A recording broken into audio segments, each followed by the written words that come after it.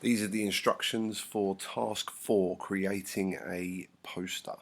So you'll basically just be summarizing everything you've learned, look at the possible problems, and then evaluate solutions. You'll also have to do this in pairs. It is a paired task due on the 2nd of June. What you need to do is gather all of your information from your essays and surveys, note the problems people face in the form of a mind map, and consider solutions or ways to fix these problems, and then pick the best solution for each problem. As a pair, you create 2 posters, one for teachers and one for students, and you put them on your website. So let's look in a bit more detail. First thing you do, find a pair, find a partner. Please tell me who you're going to be working with in the Google chat room. I don't want loads of emails. I don't want loads of private comments. I'd like it all in one place, please. So in the Google chat room, let me know with whom you'll be working so I can keep a record. And if you do want to do this on your own, that's fine. No groups of 3, pairs only, but if you want to work on your own, I have no problem for that. I'm only suggesting doing it in pairs to reduce the workload for you.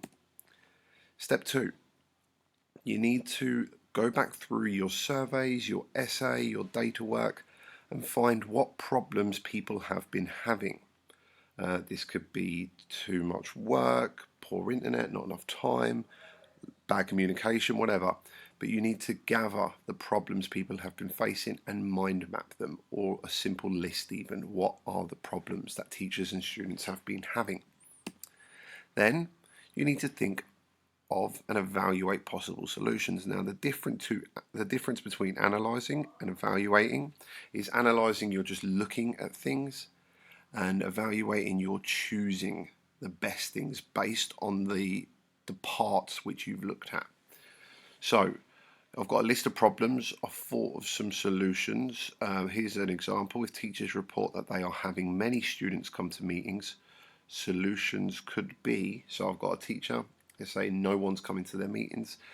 3 solutions: have official rules that say students can't email outside of school hours, a system where a grade will be given for students who regularly attend meetings, and teachers cannot send video material, only live classes, forcing students to attend. Now just looking at options would be analysing, but if I pick a best one, that's evaluating. Now I've chosen having an official rule that students cannot email outside of school hours to help hold everyone accountable and keep people on the same schedule.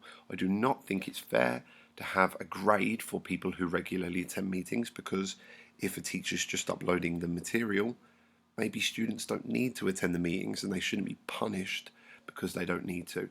I also don't think it's fair to say that there's only live classes and not video material, because for some people the video material is better to work, and it's better to work at their own pace.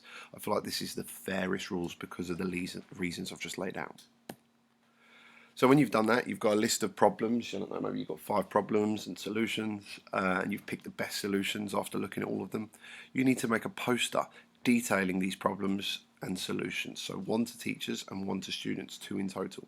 Now obviously you're working in a pair, so at this point it might be a good idea to have 1 person do the teacher's one and 1 person do the student one. You can use an online platform. I'd suggest designcap.com. Here's a couple of their templates here. They've got loads, they've got so many, and they've already got the templates there. You just pick the best and put in the information.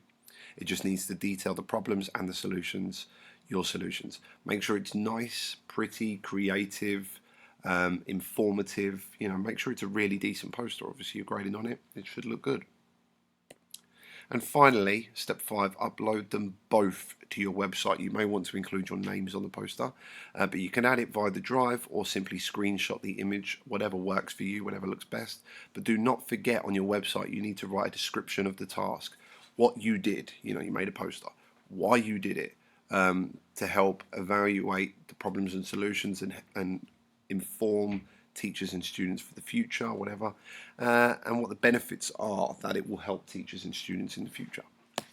And that's it. Once you've done all that, you can go on Google Classroom, submit the URL, make sure you publish your website, submit the URL, and I'll give you a grade.